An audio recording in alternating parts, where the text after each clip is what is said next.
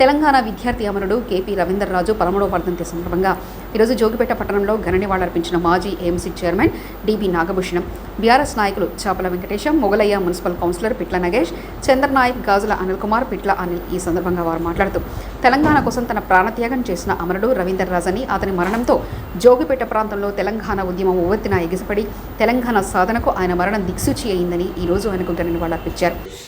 ఆయన మరణంతో ప్రతి ఒక్కరూ తెలంగాణ ఉద్యమంలో భాగస్వాములై తెలంగాణ సాధించే వరకు అందరం పోరాడడం జరిగింది.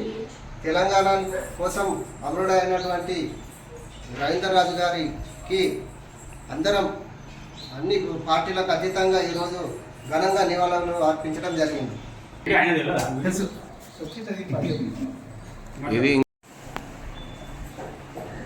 ఆ రోజు తెలంగాణ కోసం ఈ మెదక్ జిల్లా లోపల, ఉమ్మడి జిల్లా లోపల ఆ రోజు ఉవ్వెత్తున తెలంగాణ ఉద్యమం జరుగుతుంది. ఉస్మానియా కానీ అన్నీ కానీ అక్కడ కూడా ఉవ్వెత్తున జరుగుతుంది. రవీందర్ గారు ఉస్మానియాలో ఒక స్టూడెంటు.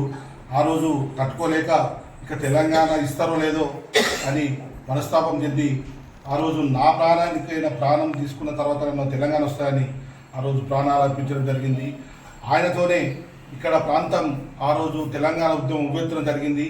ఆయనకు ఈరోజు ఇప్పటివరకు ఆయన మరణం 13 ఏళ్ళాయే. ఆయనకు ఈరోజు మేము ఘనంగా నివాళులర్పించడం జరిగింది. జై తెలంగాణ, జై తెలంగాణ.